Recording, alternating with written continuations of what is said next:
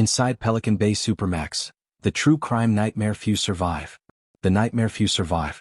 The sound of steel doors slamming echoes through a concrete maze. Inside a cell barely bigger than a parking space, a tattooed inmate sits in total silence. His hands shake as he traces the cracks in the wall, counting them over and over again. It's not the noise of other prisoners that breaks him, it's the crushing silence, the endless hours with no human contact. Suddenly the silence is broken by a scream. Not from him, but from a cell down the tier. The scream grows into wild banging against the steel doors, fists pounding until blood smears across the window. Guards rush in, shields raised, pepper spray filling the air like poison fog. Another inmate is dragged out, coughing and half-blind, his body trembling. This is Pelican Bay Supermax, a prison designed to crush the human mind as much as the body. Some men call it the end of the road. Others call it living death. And for many who enter these walls, survival is not guaranteed. But how did this nightmare begin? And what really happens inside these walls where daylight never seems to shine? The birth of a monster. Pelican Bay State Prison opened in 1989, built on the remote edge of Crescent City, California. Surrounded by thick forests and the icy Pacific Ocean, it was far from ordinary prisons. This was no place for petty thieves or low-level criminals. Pelican Bay was made for the so-called worst of the worst. At its core stood the Security Housing Unit, the SHU. Rows of windowless cells built from solid concrete, designed to keep men in total isolation. No radios. No televisions. No conversations. Just silence. Prison officials claimed it was necessary. The prison gangs, the Mexican Mafia, Aryan Brotherhood, Black Guerrilla Family, Nuestra Familia, had become too powerful. They ran the yards, smuggled drugs, ordered hits. To break them, Pelican Bay created the SHU, a place to cut leaders off from the world. At first it seemed to work. Gang leaders locked away could no longer meet face to face. But the truth was darker. Letters still slipped through. Orders still reached the yards. And the SHU began to break down men in ways nobody expected. Inmates spent 22 to 23 hours a day in their cells. Exercise meant stepping into a small concrete yard, shaped like a giant empty box, with only the sky visible above. No grass. No dirt. Just concrete and steel. Some men stayed strong, creating exercise routines in their cells, writing poetry on scraps of paper. But others, slowly unraveled. One man, locked in for years, began talking to ants crawling through a crack in the floor. Another scratched his body raw, convinced bugs were living under his skin. And yet another smashed his head against the wall until guards had to strap him down. Pelican Bay was working, but not in the way officials had planned. It wasn't just breaking gangs. It was breaking human beings. And then came the first explosion of violence that showed the world exactly what kind of nightmare had been born. Blood on the yard. It was supposed to be just another routine day. Guards led a group of inmates out into the exercise yard, a narrow strip of concrete surrounded by towering walls. Suddenly chaos erupted. Two rival gang members lunged at each other, homemade knives flashing in the sunlight. Within seconds the yard turned into a battlefield. The guards responded with overwhelming force. Pepper spray, tear gas, rubber bullets. But by then blood already stained the concrete. One inmate collapsed, stabbed multiple times. The other was dragged away, his body bruised and cut. Incidents like this became the normal rhythm of life inside Pelican Bay. Violence was never far away. Prison officials doubled down. More men were thrown into the SHU. The rules tightened. But instead of stopping the chaos, it only pushed it deeper underground. Letters, smuggled through lawyers or family visits, became the new command center for gangs. Codes hidden inside innocent-looking messages carried orders of who lived and who died. And the guards? They too became part of the cycle. Some were accused of looking the other way, letting the violence burn itself out. Others were accused of using brutality as control, beating inmates during searches, dragging them across floors or leaving them naked in cold cells. Not every guard was cruel. Many were just overwhelmed, outnumbered by the machine of violence that Pelican Bay had become. But the line between control and cruelty blurred until nobody could tell where it ended. For the inmates, the yard wasn't just a place of exercise. It was a battlefield. And every time that steel door opened, they knew survival was not promised. One riot ended with a body bag being carried out of the yard. And that day, Pelican Bay's reputation as America's nightmare prison was sealed. The mind becomes the enemy. Survival at Pelican Bay wasn't just about avoiding knives and fights. It was about surviving your own mind. Inside the SHU, prisoners spent years, even decades, cut off from human touch. Some spoke to the walls. Some screamed for hours. Others fell into total silence, rocking back and forth on their bunks. Doctors who studied the prison called it social death. One inmate described it like this: "You're alive but you feel buried. You forget what it's like to see the sky, to feel the wind, to hug another person." Even the strongest minds cracked under the pressure. Men who once led gangs, who survived stabbings and riots, now broke down crying in their cells. A guard once walked past a cell and found an inmate staring at his own reflection in the steel toilet, whispering to himself for hours. Another inmate cut into his own arms, writing words on the wall with his blood. Mental health crises skyrocketed. But treatment was minimal. The prison wasn't built to heal. It was built to control. And then, one night, control completely slipped away. The riot nobody forgot. It began with whispers in the dining hall. By the time the trays of food were cleared, the air was thick with tension. Rival gangs had made a decision. Today blood would spill. The moment the doors opened, fists flew. Knives appeared out of nowhere, sharpened from scraps of metal. Guards rushed in, but the chaos swallowed them whole. The fight stretched across multiple yards. Dozens of men joined in, the concrete floors running red. Alarms screamed through the prison. Helicopters circled above. When it finally ended, bodies lay scattered. Some inmates would never leave the yard alive. Others would spend the rest of their lives in the SHU, locked down for good. This riot became one of Pelican Bay's darkest legends. A reminder that no matter how strong the walls were, the violence inside could never be fully contained. The hunger for survival. After the riot, the prison entered full lockdown. Meals were shoved through food slots. Showers were cut short. Every inmate became a suspect. It was during this time that hunger strikes began. Prisoners, desperate to protest the endless years of isolation, refused food. They wanted change. They wanted the world outside to know what was happening behind these walls. Some lasted weeks without eating, their bodies shrinking, bones pressing against skin. Guards watched carefully, ready to step in with force-feeding tubes. The hunger strikes caught media attention. Suddenly, Pelican Bay was no longer just a rumor whispered in criminal circles. It was front-page news. Human rights groups called it torture. The state defended it as necessity. But inside the cells, far from the cameras, men continued to starve. Not just from food but from hope. And one inmate, weakened and shaking, collapsed during the strike. His body was carried out on a stretcher, the silence of the SHU echoing louder than ever. The nightmare of Pelican Bay was no longer hidden. The world was beginning to watch. Walls that speak. The silence inside the SHU was never truly empty. Even though the concrete walls were thick, sound traveled in strange ways. An inmate could whisper into the vent, and 2 cells down, someone else might hear it. Men began to develop entire communication systems. They tapped on walls, they shouted through drains, they passed notes by sliding tiny pieces of paper under doors with string. This was their lifeline. Without it, madness would take over. For a while, these secret conversations gave inmates a sense of control. They traded stories about the outside world, about families they hadn't seen in decades. Some even played chess by calling moves through the vents. But the guards knew too. And every time they discovered a line of communication, punishment followed. Sometimes it meant a cell search, ripping apart every possession. Sometimes it meant loss of privileges, no visits, no phone calls. The SHU was designed to break connections. But the human spirit kept trying to rebuild them. Still, even those secret communications couldn't save a man when paranoia consumed him. One night, a prisoner screamed that the walls were talking back. He smashed his head repeatedly until blood covered the floor. Guards rushed in, strapping him down. And as they dragged him away, the walls went silent again. The guards' dilemma. Working at Pelican Bay was its own nightmare. Guards were trained to keep control, but control was fragile. Some officers were young, fresh out of training, expecting order. Instead, they found themselves walking into a war zone. For many, it was a job of survival, not just for the inmates but for themselves. Every day they faced gang leaders, men who had nothing to lose. Every day they knew that one mistake could mean bloodshed. Some guards became harsh, using force to keep fear alive. Others tried to treat inmates with fairness, giving them small respect to maintain peace. But either way, they were targets.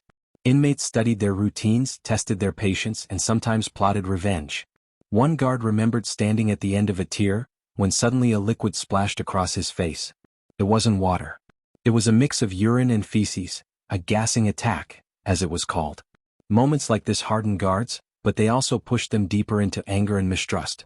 The line between safety and brutality blurred with every shift. And then came the night when 2 guards were cornered during a search. A hidden blade flashed from under a mattress and blood sprayed across the concrete. Radios screamed for backup. One guard staggered out, clutching his side, while the other dragged him to safety. The prison reminded everyone, no one was safe here, not even the men with the keys. The outside world looks in. By the mid-2000s, Pelican Bay's reputation reached beyond California. Journalists, lawyers, and human rights groups began to investigate. They interviewed families, studied court files, and pressured the state to answer questions. Was isolation in the SHU a tool of control, or a form of torture? The prison insisted it was necessary. They argued that gang members had to be cut off to prevent them from running operations on the outside. But critics painted a darker picture. Reports described inmates losing their sanity, cutting themselves, begging for human contact. Photos of the barren exercise cages shocked the public. Former prisoners spoke of decades without hugging their children or seeing daylight beyond a small square of sky. Lawsuits began to pile up. Courts debated whether the SHU violated the 8th Amendment, protection against cruel and unusual punishment. For the first time, Pelican Bay was forced to answer to the outside world. But even as lawyers filed briefs and reporters wrote stories, life inside went on the same. The hunger strikes returned, stronger than before. Hundreds of men refused meals. Some were so weak they couldn't stand. Others were carried to medical units. And then, in one chilling moment, an inmate collapsed in front of cameras visiting the prison. His body hit the ground, shaking violently before medics rushed in. The nightmare was no longer hidden. It was televised. Whispers of escape. Pelican Bay was designed to be escape-proof. High walls, razor wire, armed towers, it was a fortress on the edge of nowhere. But prisoners, no matter how tightly locked, always dreamed of freedom. And sometimes, whispers of escape spread through the tiers like wildfire. One plan involved smuggling in tools during visits. Another centered on cutting through ventilation shafts. Most never came close to happening. But every rumor kept guards on edge. The most famous attempt didn't even reach the walls. 2 inmates tried to overpower guards during a transfer, grabbing makeshift weapons. For a brief moment, they tasted freedom in the form of open hallways. But the response was immediate. Alarms blared. Armed officers swarmed. Gunshots echoed through the corridors. One inmate dropped instantly, shot in the chest. The other was tackled to the ground, beaten until his face swelled shut. The message was clear. Escape from Pelican Bay wasn't just unlikely, it was suicidal. Yet even after the blood was cleaned, the whispers never stopped. For men living a life sentence in isolation, dreaming of escape was the only freedom they had left. The cost of survival. For those who endured Pelican Bay, survival came with a price. Some carved tattoos into their skin as reminders of their gang ties. Others filled notebooks with poems or letters that would never be mailed. A few found religion, kneeling in prayer in cells where no one could hear. But the cost of survival was always high. Years turned into decades. Hair went gray. Muscles withered. Minds bent under the pressure of time.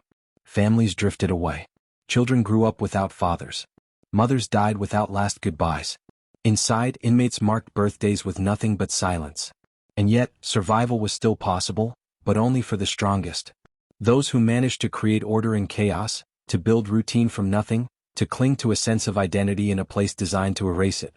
Still, Pelican Bay always found a way to remind them of its power. One morning, a guard discovered an inmate who had hung himself with a torn bedsheet. His body swung silently as the alarm rang out. The SHU had claimed another life. And the nightmare of Pelican Bay rolled on, waiting for the next soul to break. The code of silence. Inside Pelican Bay, survival wasn't only about strength, it was about silence. The gangs enforced a strict rule: never snitch. Even when men were locked in isolation, their loyalty was tested. If word spread that someone had spoken to investigators, passed information, or testified, that person's life was already measured in hours. The code of silence ruled stronger than the prison's written laws. Inmates used tiny notes, smuggled messages, or even body language to mark those who had broken it. Sometimes it was subtle, a stare, a whispered warning. Other times it was brutal and final. Guards occasionally tried to flip inmates, offering lighter sentences or transfers in exchange for information. Some agreed, desperate for a way out. But Pelican Bay had a way of finding out. One inmate, after giving testimony in court, returned to his tier with eyes darting left and right. He tried to act normal. But the silence of the other cells told him everything. They knew. The next morning, during showers, chaos erupted. A razor blade hidden in a toothbrush slashed across his neck. Guards dragged him out, bleeding and gasping. He lived, barely. But he would never be safe again. The message was clear. In Pelican Bay, silence wasn't weakness. Silence was survival. The forgotten men. Beyond the gang wars and riots, Pelican Bay held hundreds of men who were not leaders, not soldiers, just forgotten souls swallowed by the system. Some were there because of mistakes in classification. A fight in another prison, a rumor of gang ties, a name written on a list. Suddenly they found themselves in the SHU, trapped in isolation for years with no clear way out. Lawyers fought cases where men had spent over 20 years in solitary without a single disciplinary ticket. For them, Pelican Bay wasn't about punishment for crimes, it was about being lost in a system too big to care. These men created worlds inside their cells. One wrote entire novels in tiny handwriting on the backs of legal documents. Another trained imaginary fighters in his head, building battles in his mind to keep sharp. But time was merciless. A man known for sketching detailed portraits of his family stopped drawing one day. When asked why, he said he could no longer remember the details of his daughter's face. And then came the day when one of these forgotten men simply stopped responding. Guards opened the slot to deliver food, but the tray sat untouched. They entered to find him lying still, his body already cold. In Pelican Bay, death didn't always come from violence. Sometimes it came from being forgotten. The storm on the yard. Not every day at Pelican Bay was violent. Some days passed in silence, with nothing but the scrape of trays and the sound of boots in the hallways. But when violence came, it came like a storm. On one such day, the yard was split between two groups. The tension was visible even before the doors opened. Guards shifted nervously in their towers, rifles ready. Then it happened. A single punch sparked a chain reaction. Suddenly, dozens of inmates rushed forward. The air filled with screams and the sharp glint of metal. Shanks stabbed through flesh, fists broke bones. From above, guards fired warning shots. Smoke grenades burst across the concrete. The chaos swallowed the yard in seconds. When it was over, the ground was slick with blood. Stretchers carried men out, some groaning, others silent forever. The storm had passed, but the yard remained stained, a reminder carved into the concrete of what Pelican Bay truly was, a battlefield disguised as a prison. The families left behind. While men inside Pelican Bay lived in cages, their families carried invisible chains on the outside. Mothers drove hours across winding roads just to see their sons for 30 minutes through thick glass. Children grew up staring at their fathers through phone screens, learning to love a voice instead of a hug. Wives and girlfriends stood in long lines for visits, often treated with suspicion, searched, and sometimes denied entry. The families suffered too, financially, emotionally, socially. Many were judged for even visiting Pelican Bay. Others spent their lives fighting courts, sending letters, and begging for justice. One mother remembered her son as a playful teenager. When she finally saw him years later, his skin was pale, his eyes hollow, his arms covered in tattoos from shoulder to wrist. She broke down, realizing she no longer recognized the boy she once tucked into bed. Families tried to hold on. They sent pictures, letters, drawings from children. These became lifelines for inmates, small sparks of hope in the darkness. But when visits ended, the silence was deafening. Inmates walked back to their cells, clutching photos like sacred relics. And sometimes, in the cruelest twist, news of death came before another visit could happen. One father never made it back to see his son. The news arrived in a letter: "Your father has passed." The inmate sat on his bunk for hours, clutching the paper, while the concrete walls offered no comfort. For families, Pelican Bay wasn't just a prison. It was a thief that stole years, faces, and memories. The night of fire. If Pelican Bay had taught anything, it was that order never lasted long. One winter night, the power flickered across the prison. Lights dimmed, alarms clicked on, and whispers spread through the cells. In the dark, anything could happen. And then smoke began to rise. A mattress had been set ablaze inside a cell. The fire spread quickly, smoke pouring through the ventilation system. Inmates shouted, pounded on doors, some begging for help, others cheering the chaos. Guards rushed in with extinguishers, their vision blurred by thick smoke. Radios screamed for backup as flames licked the walls. For a moment, it seemed the SHU itself might burn. Finally, the fire was put out. The inmate who started it was dragged out, coughing, his skin blistered. The hall stank of burnt rubber and ash for days. That night reminded everyone of a terrifying truth. Even in a place built to control every second, chaos could still erupt in an instant. And in Pelican Bay, chaos was never far away. The weight of time. For many men inside Pelican Bay, time itself became the deadliest weapon. Days blurred into nights, nights into weeks, and weeks into years. With no real sunlight, no sense of change, time became a trap. Inmates tried to mark the days with scratches on the wall, but eventually stopped, overwhelmed by the sheer number. Some counted meals instead of days. Others measured time by the fading of tattoos on their skin. Hope was fragile. Men filed appeals, wrote letters to courts, clung to the idea that someone outside might care. But court dates dragged on, appeals were denied, and letters often came back unanswered. One man kept a calendar, carefully noting every sunrise he imagined behind the concrete walls. When a guard confiscated it during a search, he broke down, sobbing like a child. Time didn't just punish inmates. It hollowed them out. Voices in their heads grew louder, ghosts of memories blurred with reality. The silence pressed harder than any chain. And then one morning, a guard opened a slot to deliver food and saw something that made his stomach drop. An inmate had carved the word, "enough," into his own chest with a piece of sharpened plastic. Blood stained the floor, a desperate message written in flesh. Time had finally claimed another soul. The informant's curse. Not every inmate in Pelican Bay followed the code of silence. Some tried to escape their fate by becoming informants. They gave up secrets, shared details of gang orders, or testified in court. At first it seemed like freedom. The state promised protection, transfers, or reduced time. But inside Pelican Bay, informants were walking targets. Word traveled fast, even in isolation. The gangs had ways of knowing. Sometimes it was a slip during a phone call. Sometimes it was a guard who whispered information. Sometimes it was just intuition. One man, known as a shot caller, decided to break. He testified against his own gang in exchange for a chance at parole. For weeks after, the tier went silent whenever his name was mentioned. He felt eyes watching him from behind steel doors. Then came the day of showers. As he walked down the hallway, chained and cuffed, another inmate slipped a blade hidden in his mouth. In a single motion he lunged, cutting deep into the informant's face. The guards tackled the attacker, but the damage was done. Blood poured across the concrete. The message echoed across the prison. Betrayal had a price, and Pelican Bay always collected. The ghosts of the SHU. By the 2010s, Pelican Bay's SHU had become legendary. Stories of men spending decades in solitary shocked the outside world. But for those inside, the SHU wasn't a legend. It was a graveyard for the living. Prisoners began calling themselves the ghosts. They had no touch, no hugs, no real voices. Just shadows behind steel doors. Some guards described walking past cells where men sat completely still, staring at nothing for hours. Others said they saw inmates pacing in circles until their feet bled. Doctors warned of psychosis, hallucinations, paranoia. They said no human brain could survive isolation that long without breaking. But the system kept the doors locked. One inmate painted on his walls with his own waste, creating patterns that only he could understand.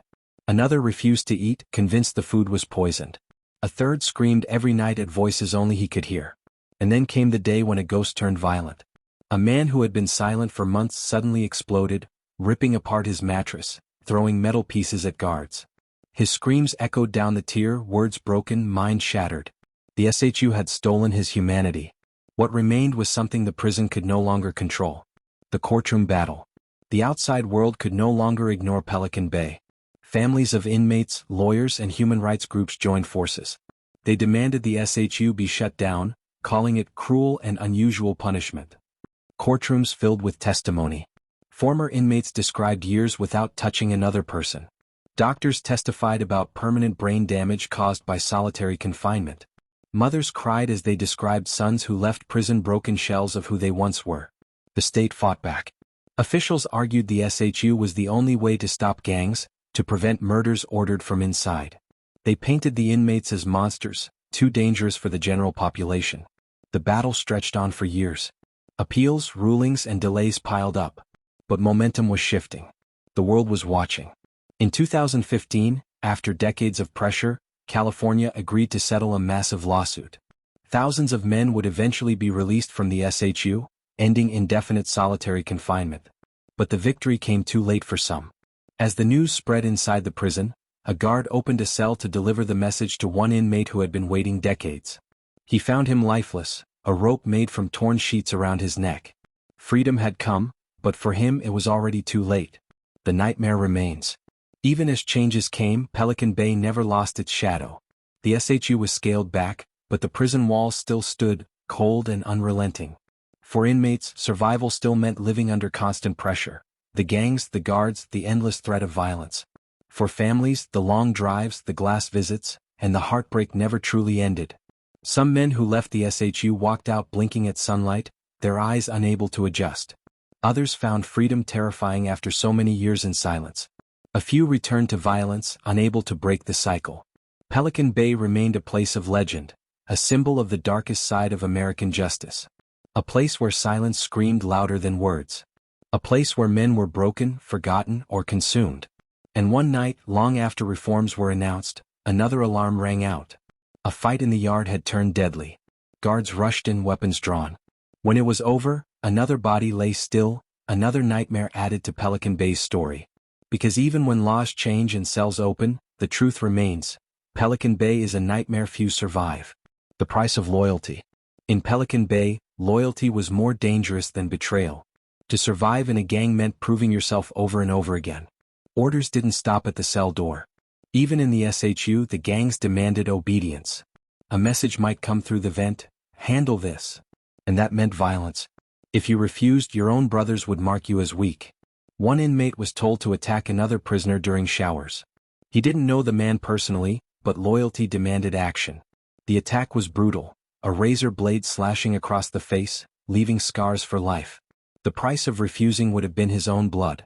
Some inmates followed blindly. Others hated every moment but saw no escape. The gangs controlled not only the prison but also the families outside. To disobey could mean danger for wives, children, or parents. In Pelican Bay, loyalty wasn't noble. It was survival currency. And one night, when an inmate refused an order, his fate was sealed. During a transfer, 2 men rushed him, stabbing with sharpened steel rods. By the time guards broke it up, his body was motionless, loyalty paid in blood. The shadow economy. Pelican Bay may have been locked down tight, but inside, an economy thrived. Everything had value: stamps, soup packets, even small bars of soap. These became currency, traded through notes, and fishing lines slid under doors. The real power, though, was in contraband. Drugs found their way in through visits, corrupt staff, or hidden in mail. A single gram of heroin could be worth hundreds of dollars inside. Cigarettes, banned long ago, became treasure. Phones, smuggled in through daring operations, gave inmates a line to the outside world. With a cell phone, a man in a solitary cell could run a business, threaten enemies, or even control street operations miles away. The guards fought constantly to crack down, but for every contraband bust, another line of supply opened. One major bust exposed dozens of cell phones, drugs, and weapons hidden in the SHU. 4 days, inmates were stripped, searched, and cells torn apart. The prison looked shaken, but the economy always rebuilt.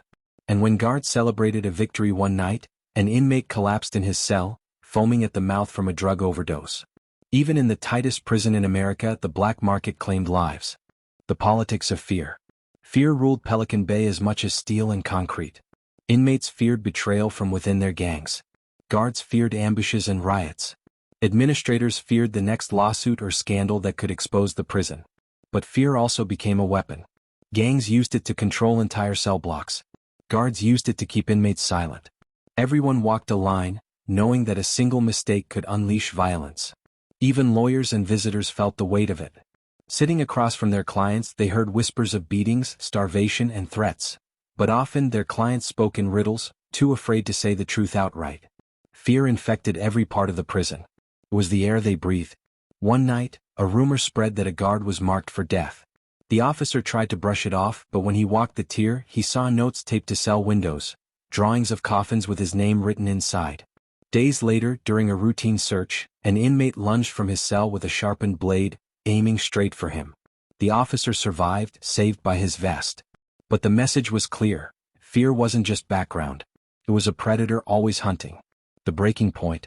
Some men endured decades inside Pelican Bay without breaking. They lifted weights, wrote letters, studied law, and held on to slivers of identity. But others reached a point where the human mind could take no more. Psychiatrists described it as the breaking point. Inmates stopped eating, stopped sleeping, stopped moving. They became shells. Guards saw it firsthand. A man who once screamed for hours now sat silent for days. Another who used to pace endlessly now lay flat, refusing to rise even when ordered. The breaking point often ended in tragedy. One inmate carefully ripped his sheet into strips. He tied them together knot by knot until he had a rope. Guards found him hanging, his body swaying in the stale air. His death wasn't sudden rage or gang violence. It was the slow erosion of a soul. And in Pelican Bay, this happened so often that staff developed a routine for it. Alarms. Medics. Body bags. Another number added to the record. The breaking point wasn't rare. It was built into the design of the SHU. The daylight promise. After decades of lawsuits, hunger strikes, and global outrage, California finally announced reforms. The SHU would no longer hold men indefinitely. Prisoners would see sunlight, human contact, and hope again. Inside Pelican Bay, whispers spread, "We're getting out." For men who had been locked down for 20 years, it was unbelievable. Families cried over phone calls. Lawyers celebrated in courtrooms. But the promise of daylight came slowly. Transfers dragged. Reviews took years. For many, the nightmare continued long after the headlines faded. Still hope flickered. Some men stepped outside into a real yard for the first time in decades. The wind hit their faces, the sun warmed their skin. Some wept openly, breaking years of silence with sobs. Yet even in this moment of hope, Pelican Bay reminded them of its nature. On the same day a group of inmates walked into the yard for fresh air. A fight broke out between rivals. The guards stormed in, batons swinging, pepper spray filling the air. Daylight had come, but so had blood. The survivors' guilt. For those who made it out of the SHU after decades, freedom did not feel like freedom. Some men stepped into general population only to feel lost. The noise of voices, the sight of crowds, the sunlight itself, all of it was overwhelming. Their minds had adjusted to silence and small spaces. Others were eventually released back into society. But the outside world had changed beyond recognition. Smartphones, social media, cars that drove themselves, it was like waking up in another century. And with freedom came guilt. Many thought of the men they left behind in Pelican Bay, still locked in cages, still scratching days into concrete walls. Survivors carried their voices, their pain, their ghosts. One former inmate, after tasting freedom, admitted in an interview, "Every time I feel the sun, I remember the men still in there. I survived, but part of me is still locked in that cell." And for some, the guilt was unbearable. One man, free for just 6 months, took his own life. In his note, he wrote only one sentence: "I should have never left them behind." The hidden corruption. Pelican Bay wasn't just controlled by gangs inside cells. Corruption crept through the very system that claimed to hold order. Investigations revealed guards smuggling contraband, phones, drugs, even weapons. Some did it for money, others out of fear of retaliation. A few saw it as leverage, playing both sides for control. Whispers spread of guards who arranged beatings by looking the other way, of officers who traded favors with inmates for silence. The prison wasn't just iron and rules, it was a market of power. One scandal erupted when a sting operation caught multiple staff members sneaking cell phones into the SHU. The discovery shocked the state. If inmates in total isolation could run operations with cell phones, what did maximum security even mean? But corruption came with deadly risks. One officer who tried to expose smuggling was found beaten in the parking lot after his shift. His attackers were never caught, but the message was clear. Silence wasn't just for inmates. The endless cycle. Even as reforms changed the SHU, the cycle of violence at Pelican Bay continued. New inmates arrived, old rivalries resurfaced, and the yard remained a battlefield. For every program aimed at rehabilitation, there were still knives hidden in shoes, still whispers of the next riot. One year, a peace treaty was announced between rival gangs. For months the prison was calm. Guards dared to believe that maybe things were changing. But peace in Pelican Bay never lasted. During a routine meal, a fight broke out. Trays turned into weapons, forks stabbed into necks, and screams echoed through the hall. The treaty was shattered in an instant. As guards dragged out bleeding bodies, one veteran officer shook his head and said, "It always comes back around." At Pelican Bay, violence wasn't an exception. It was tradition. The voices that rose. Despite the darkness, voices began to rise from inside. Prisoners wrote letters, filed lawsuits, and even worked with journalists. They wanted the world to know that Pelican Bay wasn't just a prison, it was a machine that ground men down to dust. Some of these voices gained strength. Former inmates told their stories on television, in books, and at universities. They described the isolation, the hunger strikes, the scars both physical and invisible. Families joined them, carrying pictures of their loved ones, marching in protests, holding signs that read, "Stop solitary. Stop torture." For the first time, Pelican Bay's shadows were dragged into the light. And the world listened. But speaking out came at a price. One inmate who wrote letters exposing abuse was found beaten in his cell, his words silenced in blood. Still, the voices kept rising louder each year. Pelican Bay was no longer invisible. The nightmare lives on. Today, Pelican Bay remains one of the most feared prisons in America. The SHU may no longer hold men for decades without review, but the scars remain, for those who lived it, for families who lost loved ones, and for a system that continues to rely on isolation and fear. Inside its walls, the cycle of violence, loyalty, betrayal, and silence still turns. Guards still walk their shifts, eyes sharp, knowing any moment could erupt into chaos. Inmates still carve routines into empty days, fighting to hold on to sanity. The world outside may debate whether Pelican Bay has changed, but for the men inside, the nightmare remains. And one recent night proved it. During evening count, the prison was calm, silent. But in a single moment, that silence shattered. A guard found an inmate unresponsive, his body covered in wounds from a weapon no one had seen coming. Another life ended. Another chapter written in blood. The nightmare of Pelican Bay is not a story of the past. It is a living reality, one that continues in the shadows, one that few survive. The mind games. Life in Pelican Bay wasn't only about physical survival, it was about the mind. Guards used tactics meant to break spirits. Cells were shaken down at random, belongings scattered, letters from family torn apart during searches. Lights flickered on at night during surprise checks. Some officers whispered taunts through the food slots, reminding men they were forgotten. But inmates played their own mind games too. Some refused to speak, leaving guards frustrated at silence. Others faked breakdowns, hoping for transfers. Some found ways to smuggle art, carving chess pieces from soap, playing games against the emptiness. Every interaction was a battle of willpower. A battle between the caged and the keepers. One day, a guard walked past a cell where an inmate had been silent for years. Suddenly, the man smiled, a wide, eerie grin, and whispered, "I'll outlast you." The guard laughed it off, but days later, during count, that same inmate was found dead, a razor blade hidden in his cell. His final game wasn't with the guards. It was with himself. The price of respect. Respect was the most valuable currency in Pelican Bay. Without it, men were prey. With it, they could survive. Small acts earned respect. Standing tall during searches, refusing to beg, holding silence when questioned. Disrespect, however, was punished fast and hard. A wrong look in the yard, a careless word, even stepping into the wrong shower line could spark violence. One inmate, fresh from another prison, didn't understand the code. He bumped shoulders with a gang member without apologizing. By lunchtime, whispers spread across the tier. "He's marked." That night, during cell release, the attack came. 2 men rushed him with sharpened steel, stabbing again and again. Guards pulled them apart, but the message was delivered. Respect wasn't optional in Pelican Bay. It was the thin line between life and death. The hidden war. Beyond the visible riots and fights, Pelican Bay was the center of an invisible war. Gangs fought not just inside the prison but across cities and streets on the outside. From isolation cells, orders flowed through letters, coded phone calls, and smuggled notes. Hits were ordered in Los Angeles, San Diego, even across state lines. Drugs moved, debts collected, wars waged, all from behind steel doors. Investigators traced killings in California back to Pelican Bay orders. They found entire operations run by men who hadn't touched the free world in decades. The SHU was supposed to silence leaders. Instead, it became their command post. And one shocking bust revealed just how far it went. Federal agents intercepted a series of coded messages that linked Pelican Bay inmates to cartel operations in Mexico. The prison wasn't just America's nightmare, it was tied to an international shadow war. And the violence wasn't only out there. One day, a rival gang member inside received a coded note slipped under his door. Hours later, he was found beaten unconscious in his cell, proof that even isolation couldn't end the war. The desperate escape. Pelican Bay was built to be escape-proof.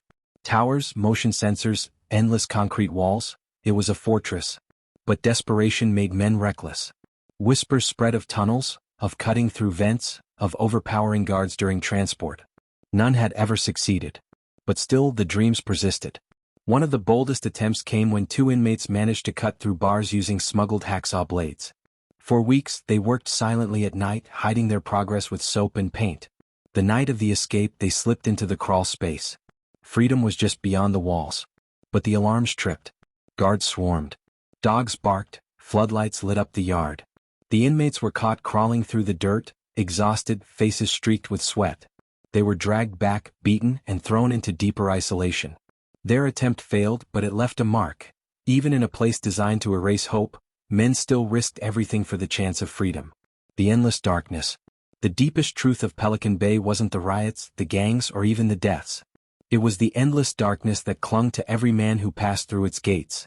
Darkness in the cells where no sunlight reached. Darkness in the minds where silence grew into madness. Darkness in the stories of families who lost sons, fathers, and brothers to a system that swallowed them whole. Men who survived decades there often spoke of shadows that followed them long after release. They woke at night, sweating, expecting the sound of steel doors. They couldn't stand in crowded rooms without panic. Some even begged to return to the quiet isolation they once hated, because freedom itself felt too loud. And one night, that darkness claimed another. A man recently transferred out of the SHU sat in his cell in general population, staring into space. Without warning, he set his mattress on fire and sat calmly as smoke filled the room. By the time guards rushed in, he was gone. The nightmare of Pelican Bay wasn't only inside the SHU.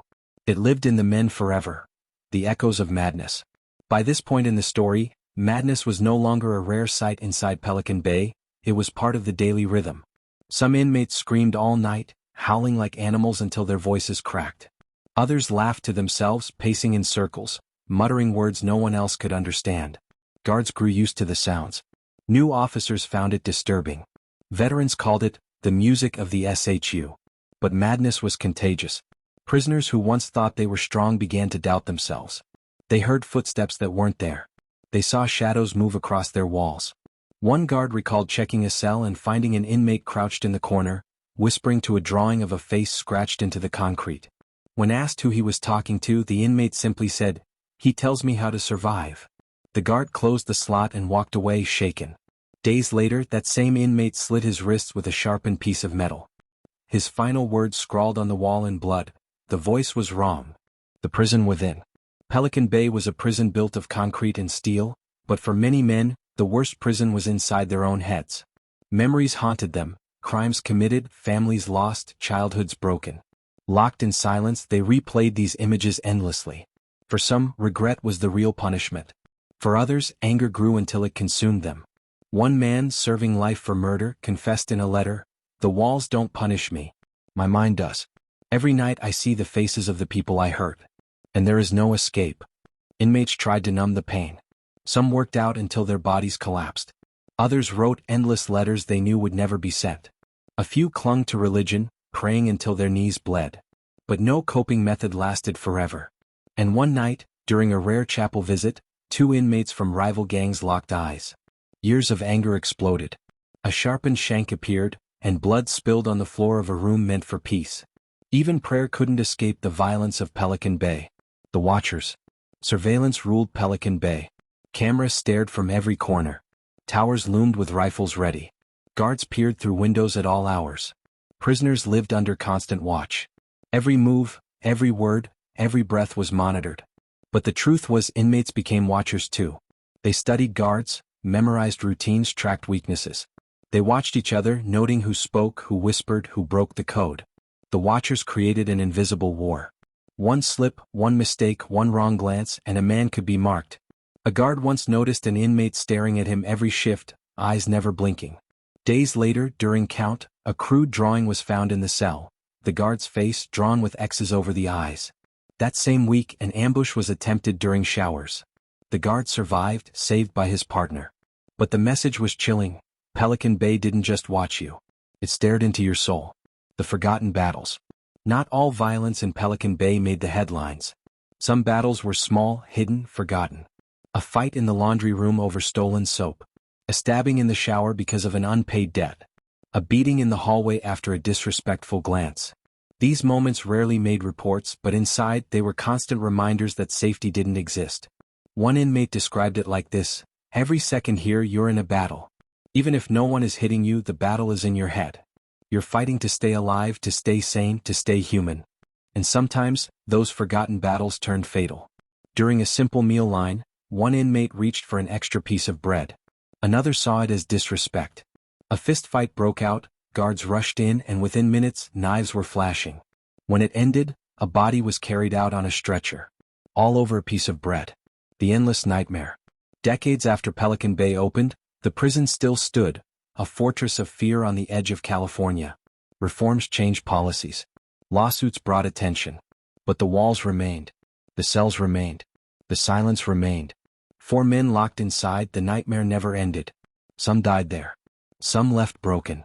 Some carried the shadows with them forever. Pelican Bay became more than a prison. It became a symbol of America's darkest approach to justice.